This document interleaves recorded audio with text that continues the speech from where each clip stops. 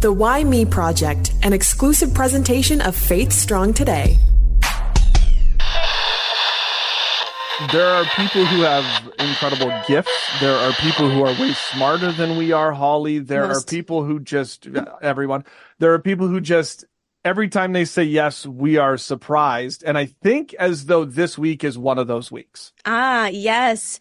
I'm really excited for today's conversation because, again, it's another episode of Hollie and Friends. Da, da, da, da. Holly and Friends. Yeah, I need theme music for this. You do. I do. So I'm excited, Sandee, that we were able to connect. We did, you have a podcast. Yes. And for Mother's Day last year, you so graciously invited me to be a part of your podcast. So it's only fitting that we have you on Why Me Project because you've got some exciting things going on. So thank you for saying yes and returning the favor. Well, thank you for having me. It's an honor to be here to chat with both of you. What do I have to do to get on said podcast? You know what? I'm actually I'm merging the two that I started into one. So I will let you know, and then you can come on anytime. Now, I feel as though is this a pity invite now because you felt as though you've done Holly and you're just like. No, absolutely. Just knowing your name, Johnny Rocket, you have to be on just because of your name. Yes. All right. There's a story there. And that's what we'll talk about. Hey, that's about all I'm bringing to the table for you, Sandee. We like to ask the skill testing question because we never know where it's going to go. And that is, who are you and where did you come from? All right. Well, my name is Sandee Macgregor, and I've been married to Duncan now for 28 years. We have 5 children, 2 boys, and they are 24, 23, and 3 girls, 16 and 13. Wow. And so if you kind of go, we live out just outside of Toronto in the country, and we've been in the same place for about 14 years. And we attend church in Oakville, and I've been homeschooling for most of their schooling career up until grade 8. And then they kind of trek off to high school. So that's kind of where I'm at currently. And my early roots actually begin, believe it or not, in Edmonton. Hey. I was born in Edmonton. Yes. I knew I liked you. See, there's a bit of the West Coast girl here. Yes. So that's where my parents were. My dad was a pharmacist, my mom was a teacher, and then they were called into ministry to Campus Crusade for Christ, which is now Power to Change. So they had a ministry mindset for a long time. They were missionaries in Africa for a little while, and my grandparents were also missionaries in Africa. And so that's kind of in my blood a little bit. But then they moved out to the West Coast, to Abbotsford, and that's where we had a really, really amazing childhood. Great church and ministry and friends and family. And then they decided to move us, which brought us here to Ontario, and it totally rocked my world. I'm like, why are we leaving British Columbia? Like, come on. That's a really good question. I mean, it's nice and warm. You're by the ocean. It's beautiful. The mountains. Yeah. So packed up that station wagon and 6 people all the way across the country. Let me ask you this, just about being a mom for a second. Did you and your husband have the conversation of 5 kids? Because I feel as though having 5 kids nowadays is, my wife and I wanted 4, she wanted 3, we settled with 2. Yeah. And if you're watching video, Sandee's adamantly shaking her head no. Well, it's funny because I knew I did want a lot of children. I remember even in high school for a writing assignment, writing about how I wanted like at least 4 kids. And I have 2 sisters and a brother. So it was normal, lots of cousins. Yeah. But my husband there's 2 brothers. So for him, 2 was logical. So we ended up, we had 3 fairly quickly. And then that was when my husband's like, I think we're probably going to be done. And I thought, I'm not done. I knew I wasn't done. Anyway, so God knows what he's doing. But then we had 2 more girls after that. And of course, we wouldn't change anything. It was amazing. I knew that was going to happen. That was my hope. Yeah. But my husband wanted a little more time in between. Because the first 3 it can be tiring. Oh, yeah. I only have 2. And I feel like I've aged 10 years in just 1. Yeah, you look 21, Holly. Yeah. Thank you. Yeah. No, I don't. What's interesting though is that if your oldest is 24, your youngest is 13, and Holly and I have actually had this conversation as of late because you're kind of where we are as parents in the sense that you have an older child, didn't really have the internet, didn't really have all of the social media things to now your youngest daughter is kind of where we are, where it's like, how do you navigate social media? How do you navigate those things? Yes. When do you give them a phone? Yeah. Yeah. Well, it's interesting thinking about my boys. Back in the day, the cereal box would have a CD for a video game. Yes. That was huge. Okay. I Do you remember that? about that. Oh, yeah. So we would go to the store and get those Cheerios. Didn't matter how many boxes we had in the house, but we were getting those games. So they always enjoyed being on the computer and doing games. So it wasn't a surprise to me that they were interested in video games and, getting on the phone and different things like that. But now it's just commonplace. It's like kids are born into it. They're born into looking at their phone as soon as possible and getting on the iPad as soon as possible. So I would say, my husband would agree 100%. That was probably one of the hardest things to navigate when the phone first came out. My son was probably grade 8, grade 9, somewhere around there. And that was a big deal because we didn't know what we were doing. Yeah. I mean, we had Blackberries for a while. Yeah. And those are very different than an Apple phone.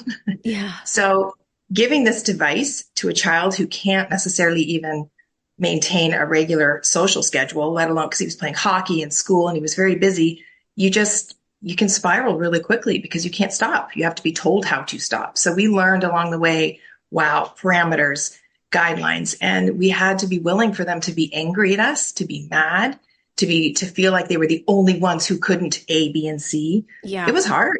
And it still is hard in its own way. It's just now we're starting to go, okay, well, this is here forever. Yeah. We just have to learn when do you do it? What are your guidelines? And every family really has to set it out for themselves. How it works best. Is the phone in their room? What kind of apps do you have? Like it's exhausting. I'll be honest. It's exhausting. And it can be really hard in a marriage if you're on one page and the other one's on another page. And so we really sat down to try to figure out how are we going to do this and do it well. And my husband will be the first person to say we did not do it well. It was really hard. Yeah. Really hard. Yeah. It feels impossible in a lot of ways because I think of my daughter, and so she does dance, but we don't have a landline. So it's not like we could just skip that whole, just call the landline from the dance studio. Yeah. Like it's almost like a safety link for her to have that phone. She's also really good about setting her own parameters. She's better than I am. So maybe it's because she was introduced to it younger, and I was in my 20s when cell phones were a thing. And that was like the flip one where you could only text. That wasn't the smartphone. I like the flip ones. I miss the flip. And they were so tiny. You could throw them in a You feel so cool, Like. Yes. Johnny's like, yes, in my purse. Yeah. There was less butt dialing, though. I will say that. Oh, yes. Just for the record. Yeah. Good point. So then with 5 kids, and you said, why the homeschooling route? I mean, it was that obviously it seems like every homeschooler has their own reasons for it. Was it just because you had 5 kids and it was way cheaper to keep them at home than it was to ship them off with all new clothes? Yeah. That's a good point. Well, originally my intention, I ended up going to Trinity Western and studied elementary education. I always knew I wanted to be a teacher. So, faith was always a part of my life. I'd become a Christian in my teens and was baptized in my teens. And so going to a university actually it's a little unexpected. There's a couple little blips in my life that God was like, no, you're not going there. You're going here. I did not plan on going to BC. It wasn't until 3 weeks before school started that I woke up one day. I was at my friend's wedding. I was in her wedding party in BC and it was like, the Lord's like, you're going to Trinity. I'm like, no, I'm not. I'm actually going to Trent. Hold on a second. What's going on here? Yeah. So then I went home, told my parents, went to Trinity, changed my life. So thankful. So that was my teaching path. I always wanted to be a teacher. And then I went to Queen's. Homeschooling wasn't even talked about. Alternative education would have been private school or like a Montessori or something like that. So homeschooling was not on the horizon. But I always knew I wanted to be a mom. I wanted to have kids. But I also knew I wanted to teach. So I'm like, how would I navigate all of that? So I started teaching. Did some early elementary gigs and I loved it. But then we got pregnant and I realized I can't do both. At least I can't do both well right now. And I had thought, okay, maybe I'll figure it out later. So then we had another one and then I ended up staying home. Then we had another one and we had put them in Christian school and little like preschools and different things. But it was interesting because at this one stage when one of my kids was in kind of like the JK, his transition was brutal. He could not adjust. It's a very long episode on it in itself, but it just was killing me. And I couldn't figure out what was going on. And I saw some people homeschooling and I'm like, their life looks a little more calm. I was really stressed and I just was not at peace. And then I started to have these thoughts in my head. Should I bring them home? And I'm like, no. And Duncan's like, no. No. Yeah. So there was a hard no there. So it took a lot of time and a lot of prayer. So that when he was going through, my son that was having just some challenges with school, it wasn't until the March break that I finally took him out. I couldn't take it anymore. And the school's like, what are you doing? I'm like, trust me, I got to do this. Within like 3 weeks, he was a different kid. The other one was still in school. And I thought, you know what? Why don't I just try it for a year? Let's just try it. So my husband's like, 1 year. Yeah. He's like, 1 year. Famous last words. 1 year.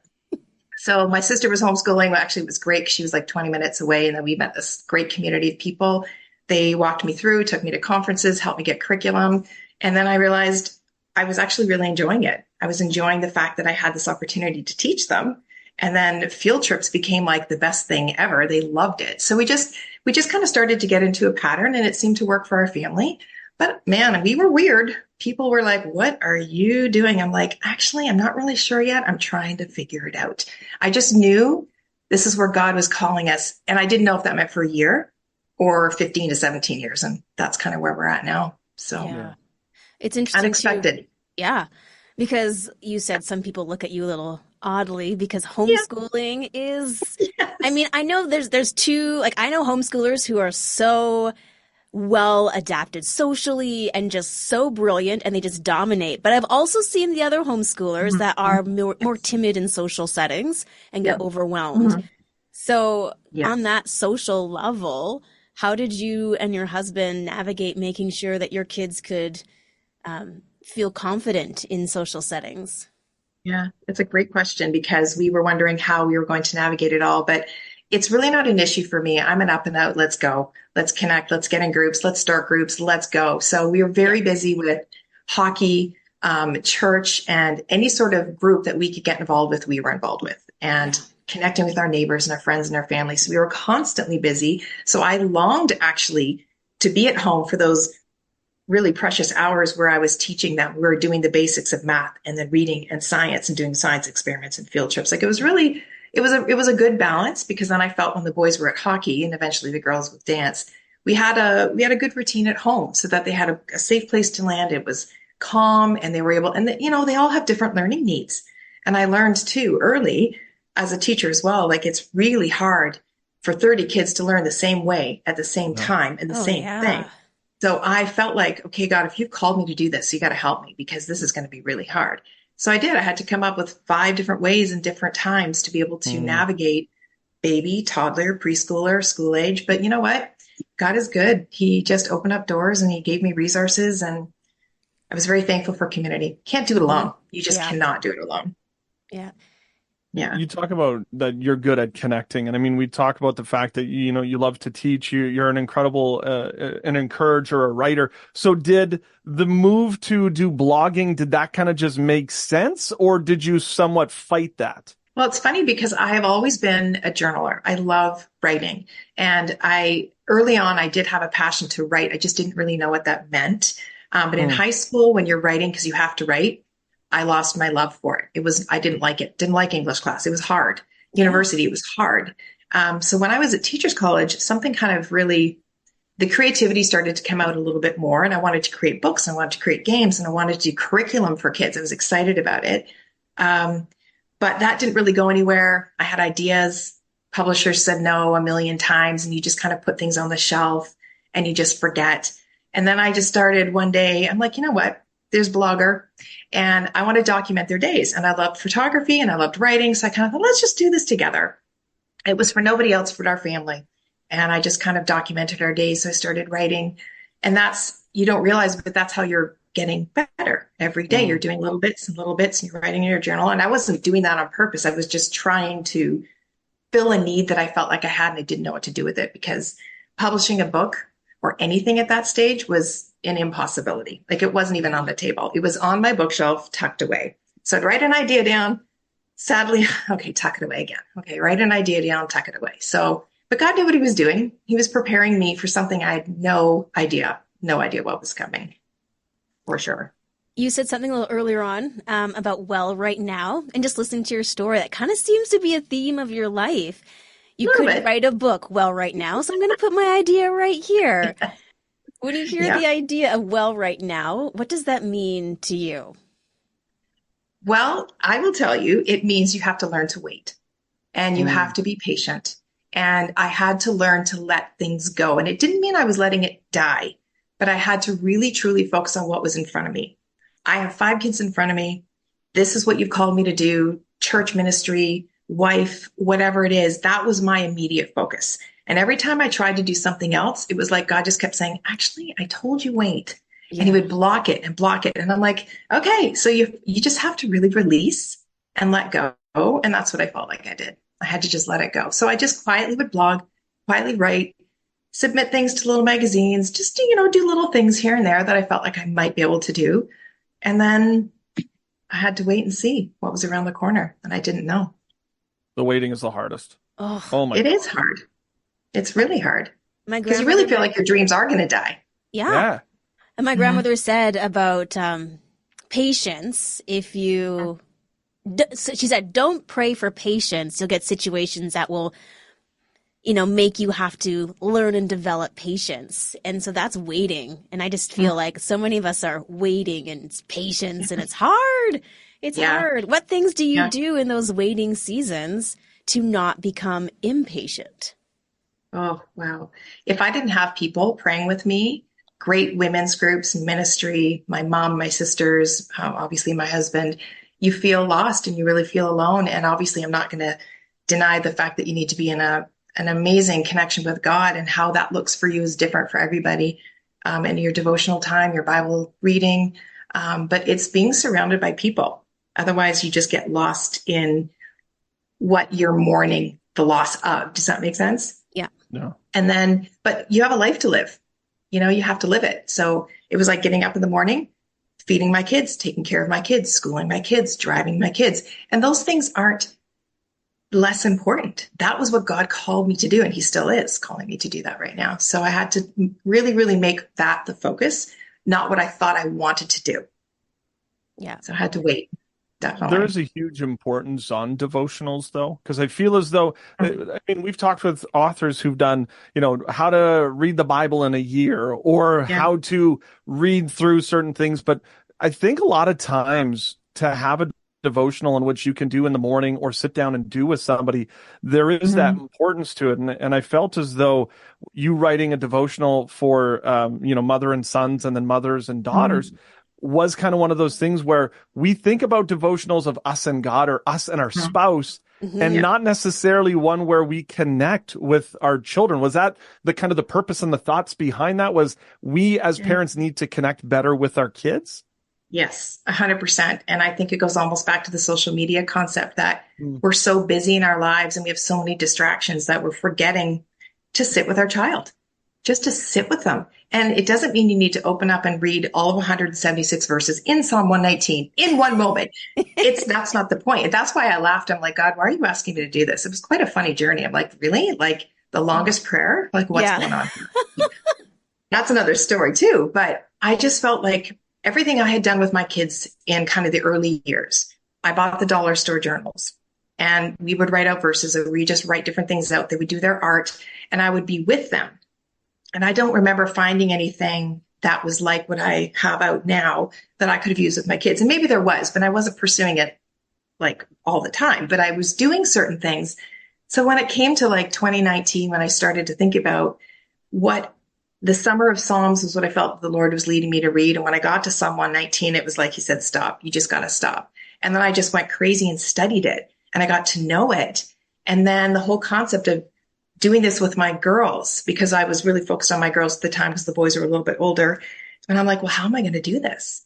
So then I met with my mom, and I just said, Mom, I want to learn more about you. I want to talk to you. So it became this really beautiful journey of connecting with my mom. And then the devotionals that I felt the Lord placed on my heart, all were kind of woven with a piece of my mom in those devotionals. So it was like a mother-daughter thing for me. And then I was doing a mother-daughter thing with my girls. And I thought, well, what can I do for other moms? Maybe other moms want to do this. But again, I know people thought I was a little crazy. I thought I was crazy. I'm like, what am I doing?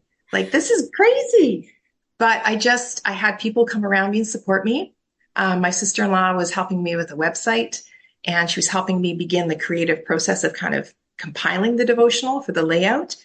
And then, through a process of people that I had connected to, they'd suggested I send it off to Castle Key Books, and he said yes. I'm like, what? What? So that was fun. Yeah. I love it. Yeah. That's actually, I think, how we officially met was at the devotional launch for the Sons, Mother. Yeah, for the, yep. Yes. That's and right. I think, like you were saying, we've got social media. Everybody's running around. We've got dance and soccer and hockey. And I know for my daughter, as the youngest, even though she's 8, she likes to journal.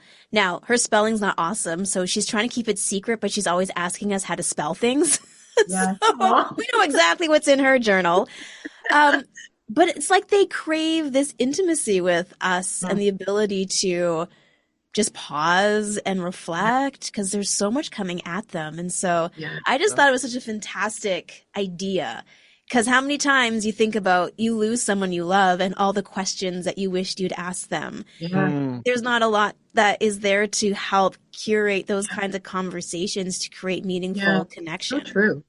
Yeah, I actually thought about that too, that this becomes a keepsake. And I did have people say, well, why are you putting the journal in the devotional? Why don't you just get a separate journal? I said, no, it needs to be all together so you can put it on the shelf and keep it. And then when they're 20, you open it up and go, oh, we were 10. This is what you're thinking. Yeah. So, and I would just put it out on the island for the girls, and I would just have the devotional there. And then they would just throughout the day kind of look at the question and write a couple words. And it wasn't like, let's sit down and do everything all at one time. I found it very fluid, and it didn't have to be in the same time frame that I have in the book. You can extend it as long as you want. You have to work whatever works for you. Mm-hmm. So are you doing it with each individual daughter, or you do it together as those 3 and you? Well, initially, that's funny because when I had the first prototype that I just printed off because I didn't have a copy, I just put it out in a binder on the island.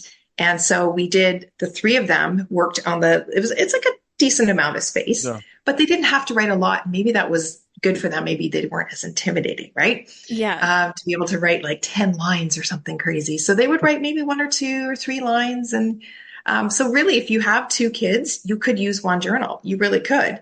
But then you do have to know that what you say and what they say, the other people will see. So you have to make a decision if you would rather just keep it with you or if you want to make it for everybody, know? Yeah. So you go from writing devotionals, where it's a connection thing, to writing a children's book, which is, I think, going to be available on different platforms starting in about a month's time from now. End of April, beginning of May.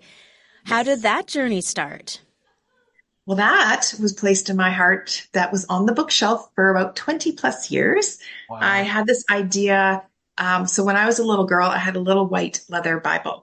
And so it's kind of not really, it's based on me, but not based on me. It's just the idea of a young girl with a Bible and asking big questions and very curious. So I had this idea, and it went through many revisions. I had it like a mini novel to different characters, like you name it. So when I first presented it to the publisher, she said, it's a little long. So I thought, okay, I'm just going to go back and revamp. And then it was just like, I don't know, I can't explain it except it was a God moment. And I don't consider myself like poet or being a poet or something where I have to write something that rhymes. But it was just like the Lord went, this is what this book needs to be. It needs to be a beautiful, poetic book with beautiful illustrations that you sit down and you get cozy with your grandma, your grandpa, uncle, sister, parent, and you talk about the most important thing is the concept of heaven and salvation. And I thought, well, I've always wanted to do something like this, but I didn't know this was really going to be it. So it all just kind of overflowed, and I wrote it out, and then they helped me edit, and an amazing team. And then I found an amazing illustrator that they had connected me to. And I said, here's what I'm thinking. And she just was like, I got you. She's like, I know what's going on here. So I was just overwhelmed with how it's kind of all come together. So is there worry? I mean, for somebody who likes to see things to completion and you start this, it's been sitting on the shelf for 20 years. Were you worried to have somebody else illustrate kind of your thoughts and ideas behind it? Or were you just like, you know what, as everything else, I've given it to God, and obviously this is just one of those other things? That's a really good question. Am I a control freak? I don't think so. But I My way did of have asking an that idea. question. You said it so much more kindly, though, Johnny. I did have an idea. So as a partner with the illustrator, she said, just keep sending me pictures. And so the grandmother in the book is based on my mom. And then the girl is kind of loosely based on the three of my girls. And the dog is a dog that we had that passed away. So I have all these pictures. And so what I did is I went through each page and I just prayed about, okay, what do I see in this page for the illustrator to help her? Because it only will help her. So that's what I did. I went through each page and I said, here's what I'm thinking. Here's some photos. And she took the color palette and she took the picture of my mom and then the girls and just the specific outfits that I have memories of that I love so she morphed them into the one for the girl for Lucy. And so it was so beautiful to see. Like, I will tell you, it was like Christmas times 100 when I got the first like pencil sketch. And then when you get the color, she did a beautiful watercolors. Like, she's an incredible artist. So yeah, that was exciting. So I didn't want to control the process, but yet I felt like there's a part of me that wanted to really just share what my heart was, if that makes sense. And I mean, maybe you didn't even think about it, but was there a reason why it as grandma and not as mom? Yes. I just feel there's this beautiful gift of wisdom with the grandparents and somebody who may not be your official grandparent, but who does know the Lord and who has a desire to reach the next generation. And I just really felt like it wasn't meant to be a parent in this book. And I did try that and it was not working every time I would sit down and write it. So just the idea of, and just watching my mom too, with all of her grandkids, like 22 or 23 of them now. And she just, the way she would just calmly sit with them, just love them, just pray, just walk and talk. And so that represents to me what my mom did for all of for our kids and for her grandkids. I love that. I think even in our conversation today, I've referenced my grandmother because there's just so very much special. wisdom. Yeah, it really is. I mean, this book is such a beautiful, I would say, offering to the next generation because that's, I've been hearing that we're in a pre-Christian world. And so a lot of kids don't even know.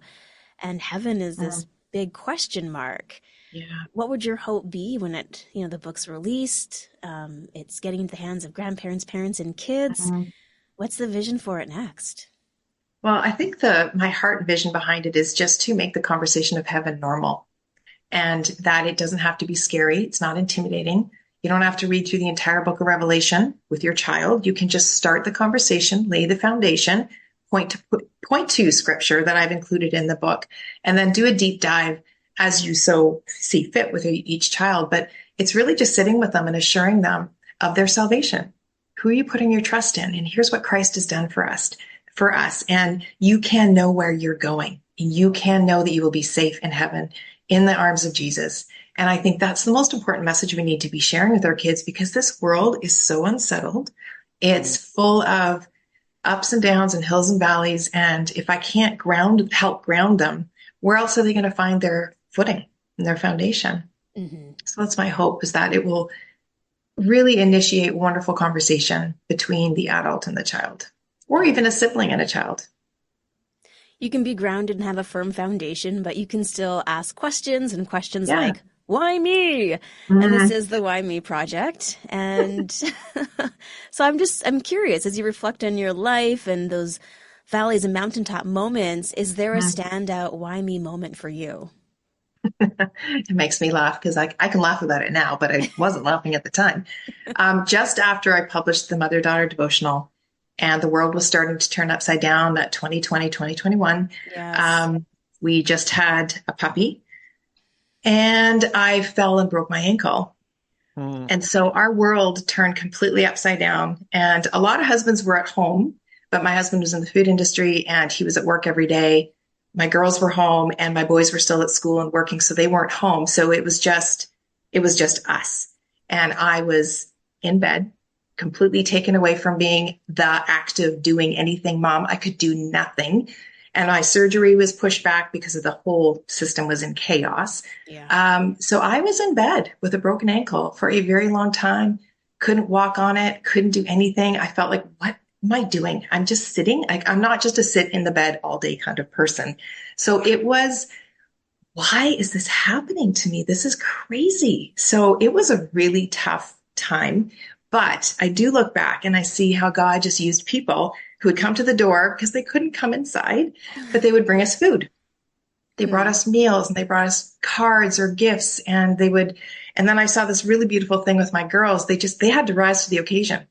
My oldest daughter became basically the mom. Out, she would go grocery shopping, helping, cooking, cleaning, like you name it. I had to literally learn to just sit back and go, okay, I have to let this happen. I have to heal. I can't do anything about it. So I will say I was having those why me moments. It was hard. I was really upset and it was painful. But God really used those moments for me to just be with him and to slow down, do the homeschooling on my bed, let them do things, let them take over raising this new crazy puppy, which I don't recommend if you're going to break your ankle. But yeah, so that was tough. But the second devotional did start.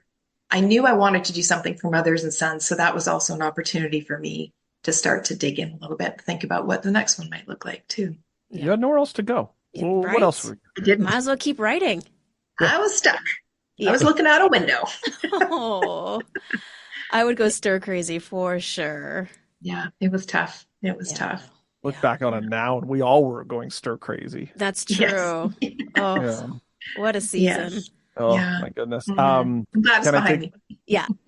Can I take it to heaven? The pre-order will be available in a couple weeks. SandeeMacgregor.com. It's SANDEE MacGregor.com, at Sandee.Macgregor on the Insta. Appreciate you taking some time and sharing your heart with us today. Thank you. Well, thank you for having me. It's been a pleasure to meet both of you and chat. Thank you. I do love the focus on a mother-son, mother-daughter devotion and I wasn't even thinking the keepsake variety, but now I'm like, yeah, I want to do it just because you would then have those memories. Yeah. I honestly, with like my marketing brain, I was thinking, well, of course, I have 2 daughters. That's 2 books. I mean, the sales goes up. Do you have 7 daughters? Do you need to connect with all 7 of your daughters? Buy 5, get 2 for free. Yeah, right. Oh my goodness. But what an opportunity for us in this day and age, just to create memories and to share our hearts and to have real life, authentic conversations, because I feel like they are so needed. I mean, my daughter's 8 and she loves it. We have before bed devotions and conversations, and I get so much out of them. It's amazing just to see how their little brains are working. So I love this tool. Can I tell you something that my son told me the other day? Will he be okay with you sharing this is going inside baseball. Okay. When I tuck my kids in at night, like I stuff the blankets in it, like I tuck them in, like cocoon, tuck in, you're not moving. Yeah. Now is that because I haven't done it. Safety or like you Because didn't want them to fall out of bed? Heat. We can't afford heat, and then this way it keeps all the the warm air inside. There you go. I haven't done it to my kids now in years. Yeah. And so the other day, my son's going to bed, and he's 14. Like he's like, "Good night, Dad. See you later." Yeah. And I go into his bed and I try to tuck him in, and he looks at me dead in the face. Dad, I don't like that. Stop it. I'm like, but I did this as a kid. He goes, I never liked it. Don't do it. Well, this whole time I'm thinking I'm the greatest dad. Yeah. I'm tucking in my kids. He loves it. Yeah. Not at all. You need a father-son devotional. Yeah. Yeah, or therapy. One of the two. Because all these things that I thought, I mean, my daughter's still like, yeah, go ahead, Dad. You're fine. Yeah. Tuck me in, throw some blankets on me. Yeah. My son, no. Not having it. No. That's hilarious. Yeah. Oh, well, sorry, Johnny. It's all good. Anyways, but this is a great opportunity to connect with devotions and your kids and faith, and you could leave the tucking in parts, and just explore ways to grow your relationships in a different way. Yeah, exactly. And then also on the personal side, I do appreciate the what can I do well right now? Yeah. It's a really great takeaway. I think it also allows me, when I think of that phrase, just to say, okay, it's okay for me to say no. Like if I can't do it well right now, then maybe right now is not the right time. And it's not the next right step. So, what can you do well right now? Those are the things to say yes to, and just the rest is okay. You just have to wait. Yeah. So we talked about social media. The thing that we didn't talk about social media is that you need to connect with us and follow us on all the socials, whether it's Instagram or the Twitter or YouTube, wherever we are. Yes. Just come and connect with us. Get your kids' phones, connect their phones to us too.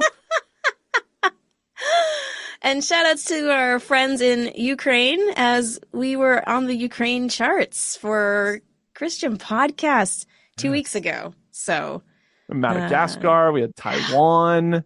I mean, we've gone international thanks to you. Yeah. So if you see us doing a trip, you'll know why. Yes. Top 1,000. Yes. Get on the social media train now. Before we go way up. Yeah, to 999. Anyways, don't forget, you can also check out faithisstrongtoday.com.